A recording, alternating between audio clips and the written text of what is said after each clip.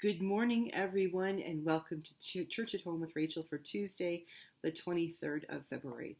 This is the first Tuesday in Lent, our first full week of Lent. I hope that you are having a good Lent. I hope that you're enjoying the days getting a little bit longer, the weather's a little bit warmer, and this is a fantastic time to be alive. Spring is coming, slowly but surely. Yesterday, I was talking to you about the importance of self-examination as part of our Lenten truth seeking, as our part of our Lenten journey. Today I'd like to talk to you about penitence. The definition, one second here while I pull it back up. The definition of to being penitent is a penitent is a person who repents their sins or wrongdoings and in the Christian church seeks forgiveness from God. Being penitent does not simply mean saying, I'm sorry. When the boys were younger, one of them had this habit of, whenever he realized that you were upset with him for something, he would come and with the most amazingly pathetic look on his face say, I'm sorry, Dad, or I'm sorry, Rachel. And then if you said, okay, I accept your apology, he assumed in all of his 3 or 4 or 5-year-old wisdom that by saying sorry and you saying that you accepted his apology, that meant there'd be no consequences, that everything was then all hunky-dory, all was both forgiven and forgotten. He struggled with that, both the boys did, of understanding that penitence, saying you're sorry, takes a little bit more than just the simple words. Being sorry, being penitent, really does involve a recognition in the heart. It's not just something that you do with your head or something that you do to appease someone else. It's something that you do from your deep in your heart. It's a recognition that there's been some brokenness has taken part. When we hurt another person, I think in some ways we kind of break their heart, but we also break our own. By doing something that's contrary to the nature of who we are as Christians, as people of God, we do damage to ourselves as well as to whoever or whatever we have done wrong. And in that breaking apart, in that breaking of our hearts, we rend ourselves. We cause a sort of a schism in our hearts that needs to be filled up. And two things can happen. We can be non-repentant and allow that schism to heal up with a scar and allow our hearts to remain scarred and broken. Or we can allow God to apply God's healing love to that schism, to that crack in our heart. When we are truly penitent and we go to God and we say, I acknowledge that I have sinned. I acknowledge that I have done something wrong. Something that has broken hearts, mine and yours. We are opening ourselves up and being vulnerable, and we are trusting that God will not be vicious or mean-spirited with our vulnerability, with our broken heart.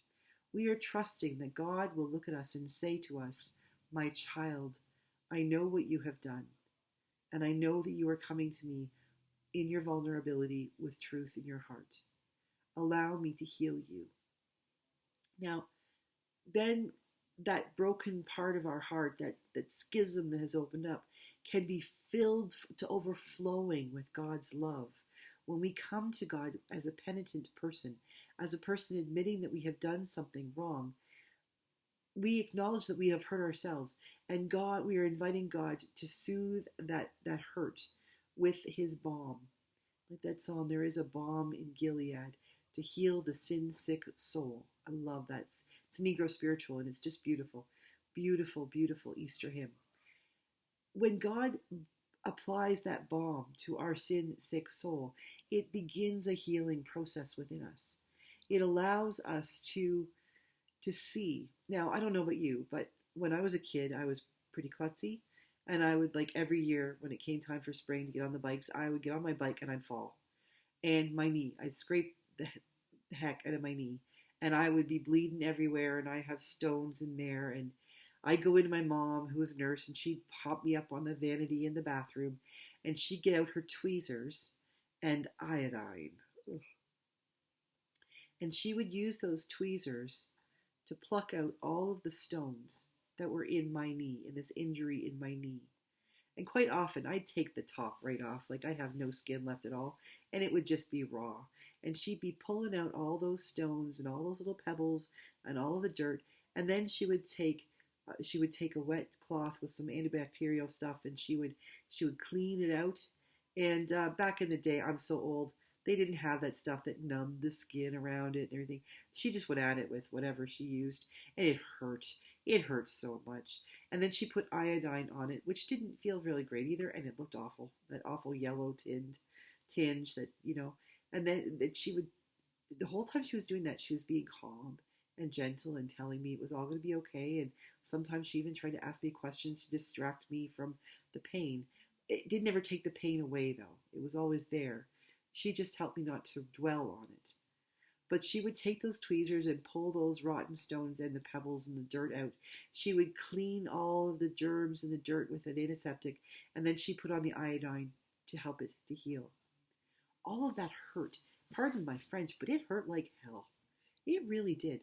And I hated it. It hurt. It felt like it hurt just as much having my knee get fixed as it did when I fell off the bike in the first place and hobbled up to the house. But then she would take the gauze bandage and some tape, and she would put it around my knee, and she would keep it so that nothing else would happen. It still hurt. Walking would hurt. Every time I bent my knee, it hurt. Every time I went up and down a stair, it hurt. But I knew it wasn't going to get worse because of what she'd already done. And then because it was summer, we'd go downstairs and she'd give me a banana popsicle, and maybe it didn't hurt so much after all.